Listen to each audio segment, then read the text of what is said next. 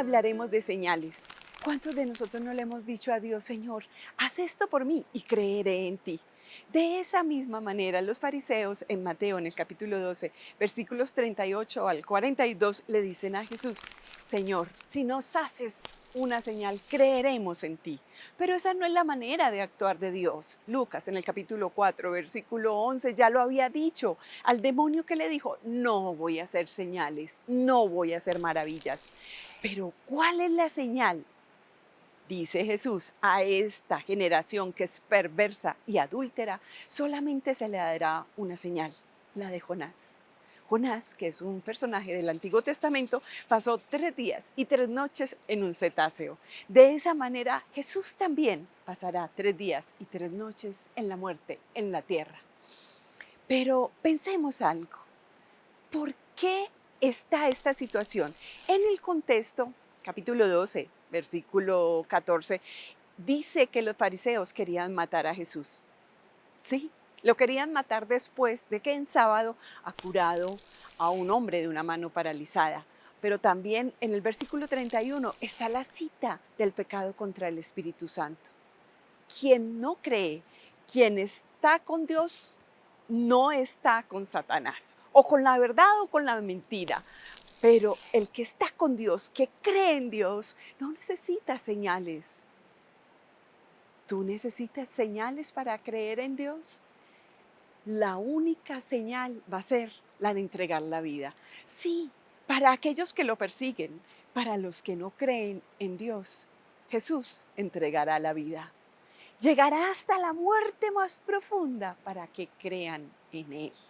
Es que creer en el Señor tiene que ver con algo que tiene una capacidad grande de abrir los ojos, porque puede que se te den todas las señales. Esta es la más grande, la de entregar la vida.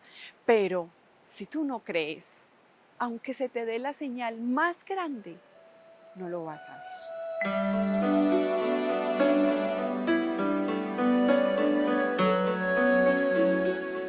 En sus 3 años de vida pública, Jesús se encuentra con diferentes realidades que hacen parte de lo que era el mundo del pueblo de Israel hace 2000 años. Realidades que son políticas, realidades que son religiosas. Entre estos grupos religiosos se encuentra con los fariseos. Los fariseos de alguna manera están relacionados con nuestras crisis de vida espiritual, con nuestras debilidades espirituales. En este caso, Jesús se encuentra con ellos y ellos ya predispuestos con algunos argumentos que quieren contrariar las enseñanzas pedagógicas y espirituales de Jesús, le responden pidiéndole más milagros y una manifestación sobrenatural especial con la cual él pueda dejar asentado con autoridad que es el Mesías. Le piden una señal equivalente, superior inclusive a la del propio Jonás. Ahora bien, a estos fariseos les hacía falta fe y por falta de fe no lograban conciliar en su razón y con su corazón, no lograban conciliar la figura del Mesías. Este Mesías no quería sino hacerles bien inclusive a ellos, a cualquiera que se acercara a escuchar la voz del Hijo, aquel en quien el Padre dice, bienaventurado y en quien me complazco. Ahora bien, ¿por qué pedirle una señal a Jesús? Podríamos decir que muy sencillo. Querían ellos simplemente dejar clara la autoridad de Jesús como Mesías. Si Jesús hubiera hecho un milagro superior, ¿ese milagro hubiera sido suficiente para asentar su autoridad? Seguro que no. Un tiempo después vino el milagro de la resurrección y ni siquiera así los propios fariseos acreditaron en la mesianidad de Jesús. ¿Cuántas veces en nuestra vida espiritual no tenemos una actitud semejante a la de los fariseos? Esperamos una señal grandiosa, magnífica de Jesús, de que Él nos deje claro que está actuando en nuestra vida. Y no tenemos cuidado en esos pequeños detalles del día, inclusive el despertarnos, tener la felicidad de gozar en la mañana cuando abrimos de nuestros ojos, de la sensación de que estamos en la vida, hacemos parte de la vida. ¿Gracias a quién? A Jesús. No somos conformes con esas señales que Jesús da en nuestra vida y pedimos quizás algo más magnífico de lo que hizo Jonás, pero ¿sería suficiente para cambiar nuestro parecer? Nos hace falta seguramente un lente más crítico para analizar cuál es la presencia de Dios en mi vida y cómo está haciendo milagros. Abramos nuestro corazón y seamos sensibles a la presencia y a las señales del Señor.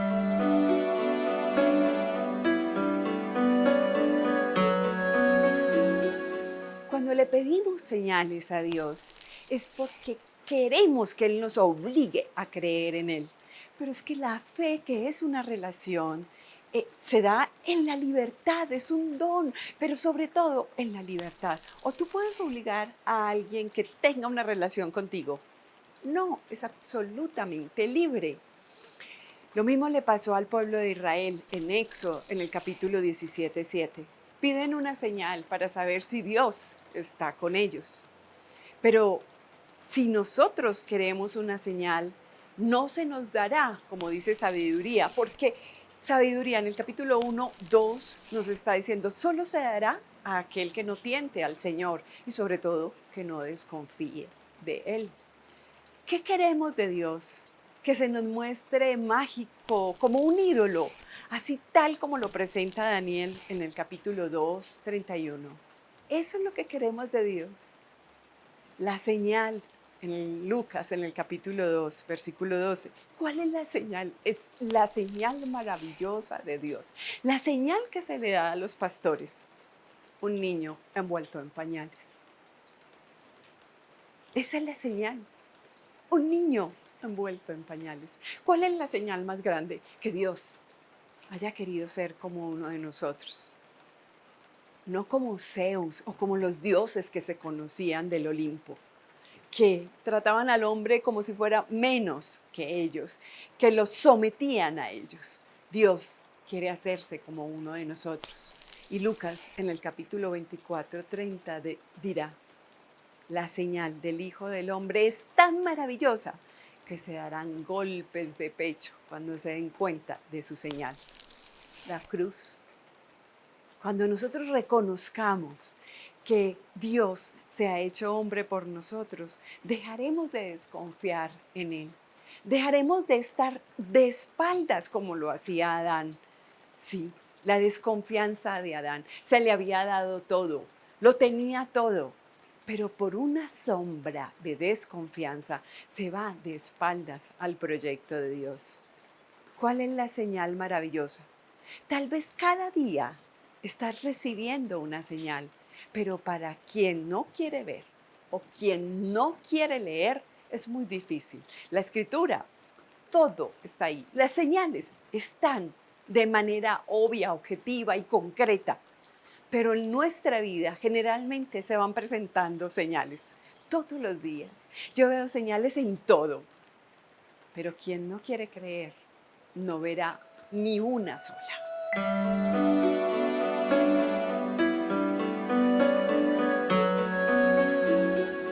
Los fariseos entonces le piden a nuestro Señor una señal equivalente o superior a la de Jonás. ¿Cuántos milagros no hizo Jesús en sus 3 años de vida pública? No solamente los que conocemos en el Evangelio. Seguramente los evangelistas tuvieron que ser muy breves a la hora de exponer cada uno de los milagros espectaculares que Jesús hizo durante su vida pública. Desde la transmutación del agua en vino en Caná, ¡qué milagro! Más de 500 litros de agua transformados en el vino más maravilloso de la historia. Seguro algunos fariseos estaban ahí presentes o algunos grupos religiosos de la época. Después, resurrección de muerto. Jesús camina sobre las aguas, es capaz de parar una tempestad, cura ciegos, resucita muertos. Todas estas señales no eran suficientes para los fariseos. ¿Cuántas señales durante la vida no son suficientes para manifestarnos a nosotros la presencia de Dios? Hablábamos ahora, por ejemplo, del milagro de la vida, el recibir un buen consejo de una persona que está cerca de nosotros. Ver el milagro de la vida cuando una madre da a luz cerca de nuestra familia, alguien cercano a nuestra familia, se cura de una enfermedad, alguien inclusive que recibe una buena noticia, sea a nivel natural, un trabajo, cualquier noticia muy cercana, un asunto sobrenatural, por ejemplo, muy común en nuestras vidas y que no valoramos, por ejemplo, la oportunidad de ir a la Eucaristía. Gozar de la presencia eucarística de nuestro Señor y comulgar, eso es un milagro. Es recibir a Jesús en cuerpo, sangre, alma y divinidad, un milagro superior que el de Jonás. Ahora, esto es suficiente en nuestra vida para dejarnos claro que Jesús está de manos de nosotros, está ahí, cerca a nosotros para atendernos en cualquier momento. Eso es un milagro maravilloso. No tenemos de alguna manera una actitud farisaica en nuestra vida cuando no reconocemos esos milagros. Ustedes deben de haber visto en alguna oportunidad un póster muy lindo en el cual se ven unas huellas caminando en la playa. Y la persona que está implícitamente en ese cuadro, aunque no se ve, solamente son las pisadas, reclama a Dios que por qué en ese momento de los problemas solamente un par de huellas se fijaban en la arena, que dónde estaba Él para acompañarle. ¿Cuál es la respuesta de Jesús? Esas no son tus huellas, esas son mis huellas que te están acompañando en la vida en los momentos más difíciles. Eso también sucede en nuestro día a día, es el gran milagro de Jesús, es la manifestación superior a la de Jonás en la Sagrada Escritura que Jesús hace en mí. Ahora, pidámosle al Señor que nos libre de esa mentalidad farisaica, que aceptemos que cada uno de los momentos de nuestra vida, inclusive los momentos dolorosos, son una presencia milagrosa de Jesús en nuestro corazón, que busca ¿qué? Nuestra conversión y nuestra santificación.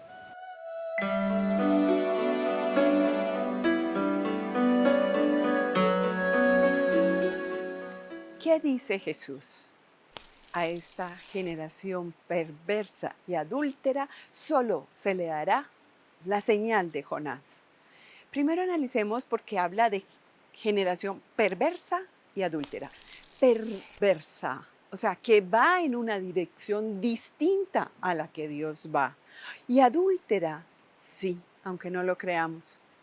Cuando nosotros tenemos ídolos, tenemos dioses que no es Dios, somos adúlteros con Él.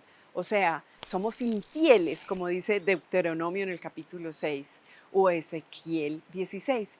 Pero si nosotros nos volvemos a Él, a ese amor que es eterno, que nos ha amado siempre, como dice Jeremías 31:3, estaremos con Él, viviremos con Él.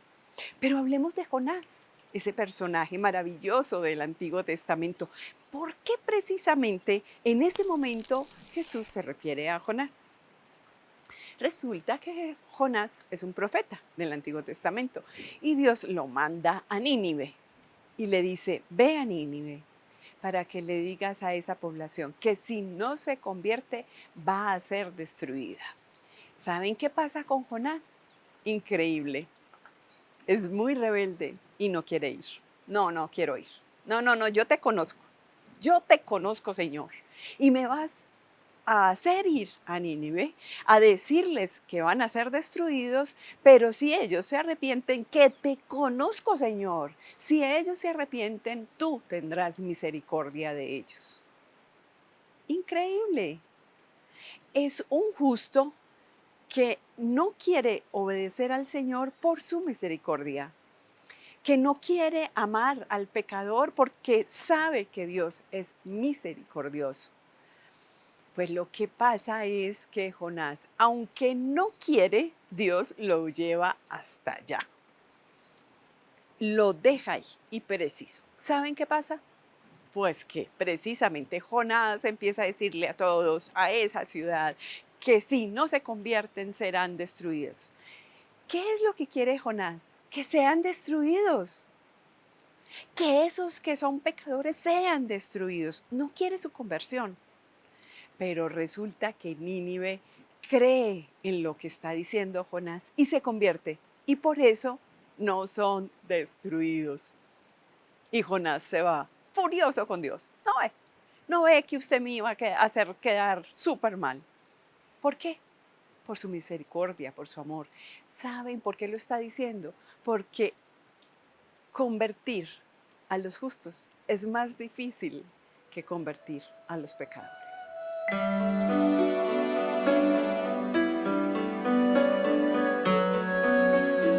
Entonces los fariseos se atreven a retar a nuestro Señor con esta pregunta, pero ellos se olvidan de algo muy especial, están hablando con la sabiduría eterna y encarnada. ¿Cuál sería la reacción de los fariseos si nuestro Señor hubiera movido una montaña? Hubiera resucitado otro muerto delante de ellos. La pregunta se volvía reiterativa. ¿Por qué? Porque faltaba fe. Muchas veces en nuestra vida falta también esa actitud positiva frente a las dificultades, frente a la soledad.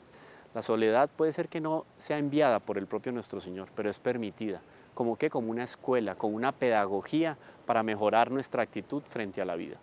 Pero recordemos que Él siempre está ahí con nosotros, así como estaba siempre con los fariseos.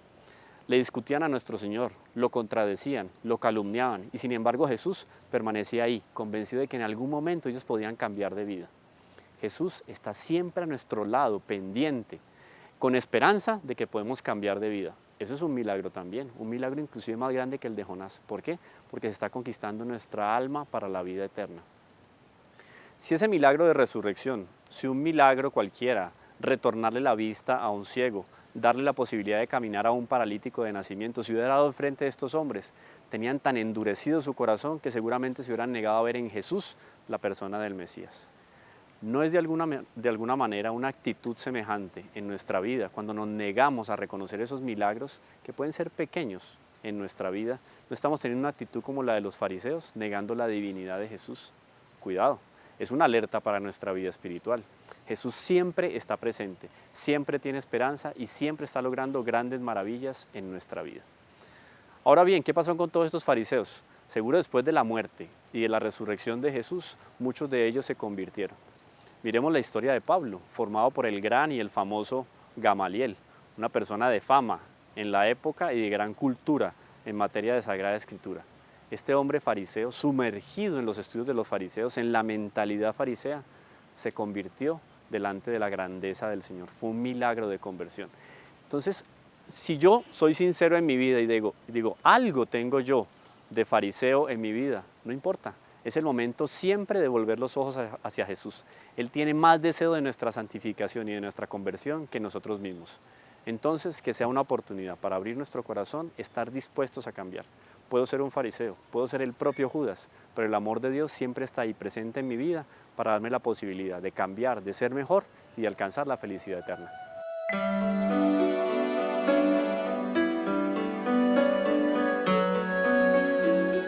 Ahora miremos qué piensa Jesús. Primero, que Jonás fue profeta de la misericordia en contra de su voluntad, pero que él es la misericordia del Padre, es la manera de actuar del Padre. Él no solamente va a actuar misericordiosamente con los hombres, sino que será la misericordia completa, entregada. En la cruz se mostrará la manera de ser de Dios, la manera de ser de un Dios que se entrega por el hombre. Cuando nosotros no comprendemos la misericordia de Dios, somos como el hijo mayor que no es capaz de comprender a su hermano y de tratarlo con misericordia, que no conoce a su padre, como dice Lucas en el capítulo 15. No lo conoce, no lo comprende, no entiende su manera de actuar. Por eso el hijo será muerto o le dará muerte el hijo mayor. Lo señalará como pecador. Sí, a Jesús, ¿quién lo va a matar? El hijo mayor, el que no comprende al Padre, el que no entiende su amor que es pura entrega, pura misericordia, pura bendición para el hombre, aunque sea pecador, aunque se haya equivocado, pero aquel que vuelve a los brazos del Padre siempre será tratado con misericordia. Pero hablemos de la sabiduría. Dice que la reina del mediodía va a juzgar a esta generación. ¿Pero por qué? ¿Cómo es que de lejano, del Medio Oriente, pueden entender la sabiduría de Salomón? La pueden buscar. Y aquí hay algo más que la sabiduría de Salomón. Es que Jesús entregará la verdad de Dios de manera sencilla y la entenderán. ¿Quiénes? Dice Lucas en el capítulo 11, 25 al 30. Los pequeños, los sencillos. Tan hermosa esa parte que dice Jesús: Padre, yo te doy gracias porque le has entregado estas cosas a los sencillos, a los pequeños, a los que comprenden tu amor de manera sincera y simple.